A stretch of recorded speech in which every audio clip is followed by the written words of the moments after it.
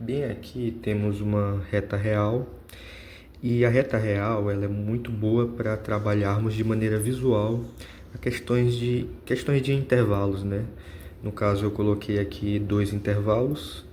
Esse intervalo aqui que vai de 6,1 a 7,5 e esse segundo intervalo onde temos que vai de 18,4 a 19. Ambos são intervalos abertos, né, de maneira bilateral.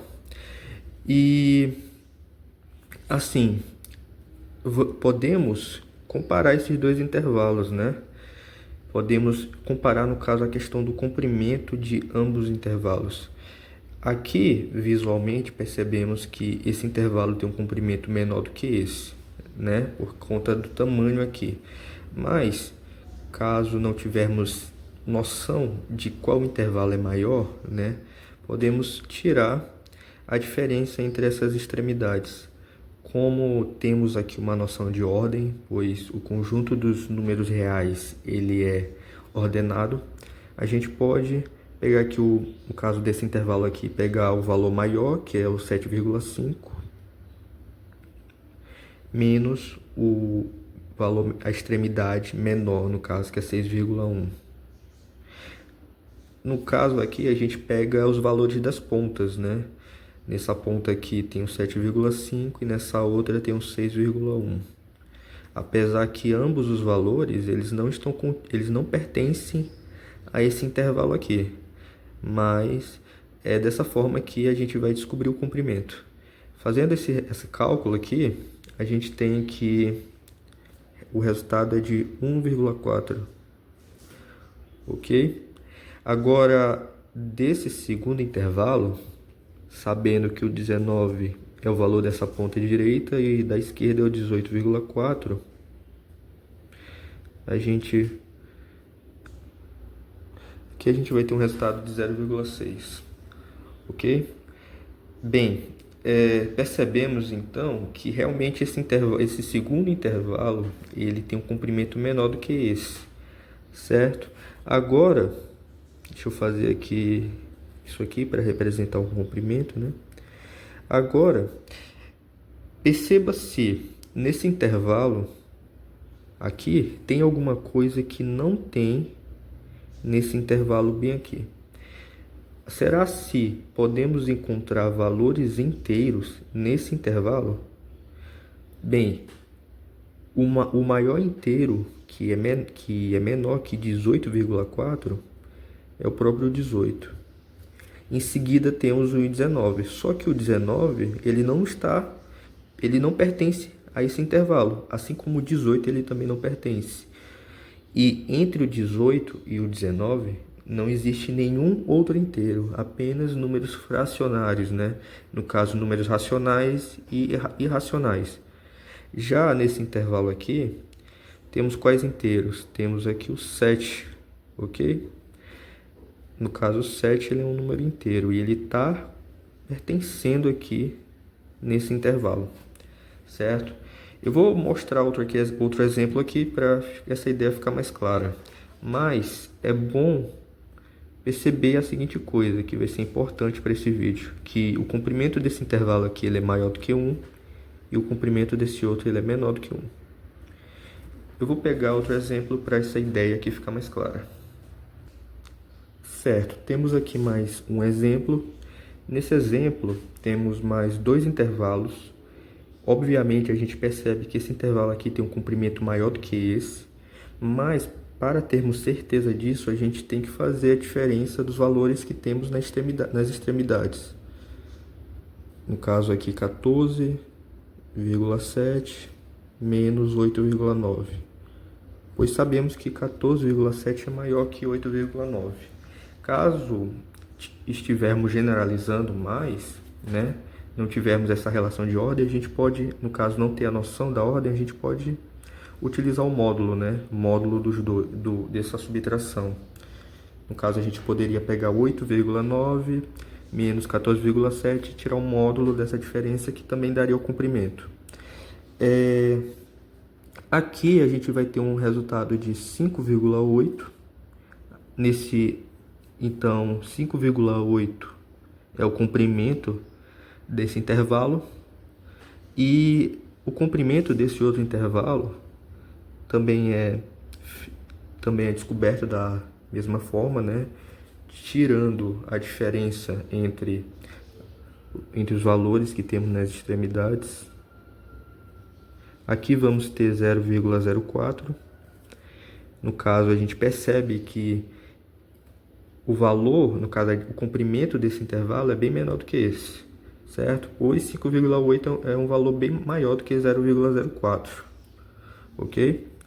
Ok, mas nosso objetivo aqui, além de tirar o comprimento, é perceber a seguinte coisa. Será se tem algum inteiro que pertence a esse intervalo aqui? E será se tem algum inteiro que pertence também a esse intervalo? Logo de cara, sem muita dificuldade, a gente percebe que temos o 9, que está aqui, que pertence a esse intervalo. 9 está por aqui assim. Temos também o 10, o 11, o 12 e o 13. O 14, o 14 também está. O 14 ele também está. Então temos aqui esse conjunto de inteiros, no caso que está contido, né, a esse intervalo aqui. Está contido esse intervalo aqui, que é o intervalo aberto de 8,9, 14,7. Ok? Esses números inteiros, eles estão contidos. Agora, e esse intervalo? Será se tem algum inteiro que pertence a esse intervalo? Não. Por quê? Bem, o maior inteiro que é menor ou igual a 31,1 é o 31. Ele vai estar por aqui. Se o 31,1, que é maior do que 31, não está, que não pertence a esse intervalo, então muito menos o 31 vai estar lá dentro. Depois do 31 temos o 32. Da mesma forma, o 32 ele não vai estar dentro desse intervalo. E entre o 31 e 32 não temos nenhum número inteiro, apenas números irracionais e racionais. Logo, não vai ter inteiro aqui que pertence a esse intervalo. Certo, mas com base nos dois exemplos que fizemos, percebemos que os intervalos que tinham inteiros, né, pertencentes a ele, sempre o comprimento era maior do que 1, enquanto intervalos com comprimento menor do que 1 não tinha inteiros. Pode haver intervalos que o comprimento é menor do que 1 que tenha inteiros. Por exemplo, se eu pegar aqui um valor inteiro, no caso aqui um C, que é inteiro, e tivermos aqui um intervalo pequeno, que no caso é menor do que 1, né? Um comprimento. Deixa eu fazer aqui um C barra para dizer que é um comprimento. C barra, comprimento menor do que 1. Possa ser que tenha um inteiro lá dentro, né? Se escolhermos bem esse intervalo, pode haver um inteiro dentro. Só que só vai haver um inteiro dentro, não vai existir outro inteiro, certo? Isso podemos demonstrar em outro vídeo, mas o nosso foco agora não é esse. Certo. Agora, com base nos exemplos que fizemos anteriormente, vamos aqui generalizar aquela ideia, né? Para que assim a gente possa formalizar esse teorema. Seja aqui um intervalo numa reta. Esse intervalo, as extremidades serão A e B. Como a gente tem uma noção de ordem, a gente sabe que o B ele é maior do que o A. Então, o comprimento desse intervalo ele é feito pela diferença de B com A. Agora, vamos supor que esse comprimento ele é maior do que 1, certo? Essa aqui vai ser a nossa hipótese. Se isso aqui acontece, então isso implica em dizer que existe pelo menos um valor inteiro, que eu vou chamar de x, onde esse x ele pertence a esse intervalo AB, certo? a gente formalizou aqui a ideia, no caso esse aqui vai ser o nosso teorema, e com base nessa hipótese a gente vai demonstrar que esse x ele está dentro desse intervalo, onde esse x seja inteiro também. Antes de demonstrarmos o teorema que formalizamos anteriormente, é necessário ter algumas definições que irão nos ajudar a fazer essa demonstração. E uma delas é a função piso. Como é que essa função funciona? Bem, aqui a gente tem valores reais e imagens inteiras, certo? E como é que seria isso então? Bem, a função piso ela pega um número real, né, qualquer número real, e em seguida ela vai pegar a imagem onde vai ser o maior inteiro menor ou igual a esse número. Como é que seria isso? Bem, eu vou pegar aqui, por exemplo,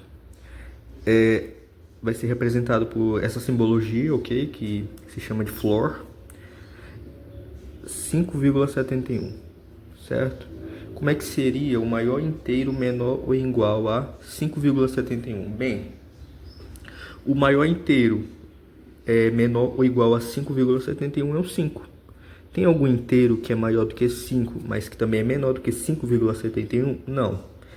Outro exemplo, o π. Um inteiro que é menor do que o π, mas que também é o maior possível, que é menor ou igual a ele, é o 3. Não tem nenhum inteiro maior do que 3 que é menor do que π, no caso aqui o 3. É bem intuitivo, porque o valor, o resultado, sempre vai ser essa parte inteira aqui do número. Por exemplo, 3,87. O resultado vai ser a parte inteira, que no caso é o 3, certo? Então, assim que funciona a função piso. Outra função de grande importância para a demonstração desse teorema vai ser a função da parte fracionária. Essa função ela é construída da seguinte forma. Temos aqui f barra. O domínio vai ser o conjunto dos números reais, ou seja, podemos pegar qualquer valor real. E teremos como resultado no intervalo 0 fechado e aberto no 1. Ou seja, teremos resultados fracionários, né? E esses resultados, eles são encontrados da seguinte maneira. Seja aqui um x, que pegamos aqui no um x real, né? E ele vai ser encontrado da seguinte forma. Ou no caso, a imagem desse x vai ser encontrada da seguinte forma. Pegamos aqui o x e subtraímos com a parte inteira desse x. No caso, o maior inteiro menor ou igual a x. Eu vou pegar aqui um exemplo e antes de pegar esse exemplo aqui, a simbologia desse f barra de x, eu vou utilizar essas chaves e dentro dessas chaves aqui um x é apenas uma forma de escrita que eu vou considerar para facilitar, né? Mas ok, vamos pegar aqui um exemplo. Por exemplo, se eu pegar aqui 4,752, como é que seria a imagem desse valor? Bem, a gente pode, no caso, pegar aqui o 4,752, como está definido aqui na lei de formação, menos o piso, né, a função piso de 4,752, que é a parte inteira, né, no caso é o 4 aqui. Isso aqui vai ter como resultado 4,752 menos 4, no qual vai ter 0,752. Ou seja, aqui a gente pegou a parte fracionária desse número real, no caso desse número racional, né? Mas também serve para números irracionais. Por exemplo, eu vou fazer do π. Do π é da seguinte forma. Aqui a gente vai pegar o π e subtrair com a função piso de π. Aqui a gente vai ter π menos 3. E esse resultado vai ser exatamente 0,14159 e assim vai infinitamente, né? Ou seja, essa função ela pega o número real, tira a parte inteira e deixa apenas a parte fracionária daquele número. Bem, a demonstração ela é bem simples, ela não é grande, ela vai demorar até menos do que aqueles exemplos e as definições que fizemos, mas vamos pegar a hipótese, né, que temos, onde b menos a é maior que 1. Isso aqui implica dizer que o b ele é maior do que 1 mais a, certo? Agora, vamos fazer a função da parte fracionária de a. Como é que seria isso? Bem, aqui, ó, a função da parte fracionária de a vai ser o a menos a função piso de a.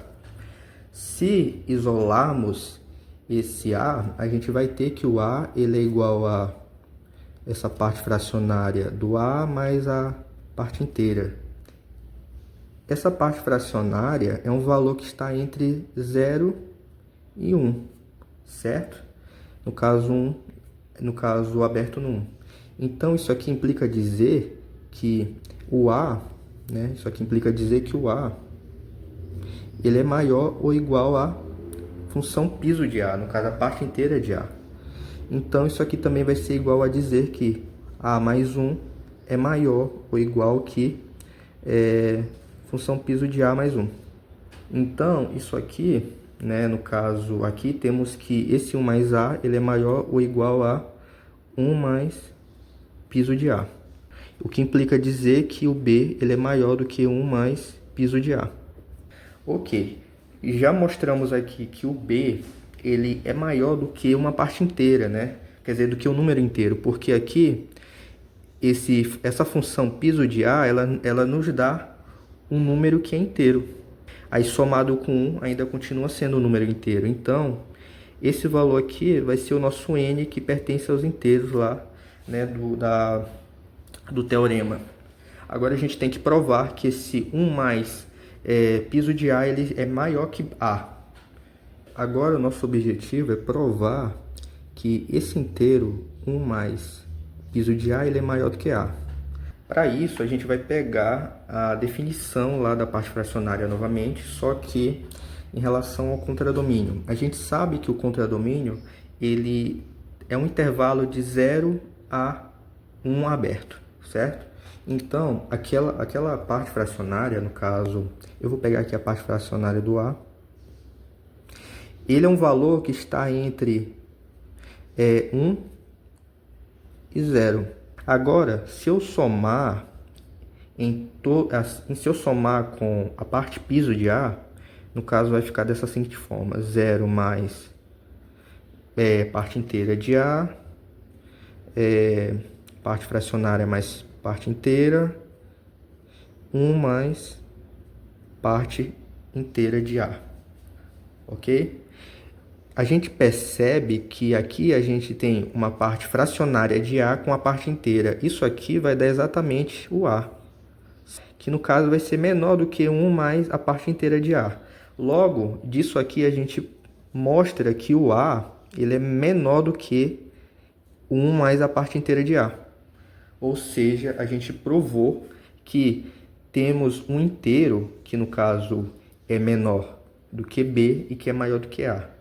Logo, isso aqui prova também que existe um inteiro, né?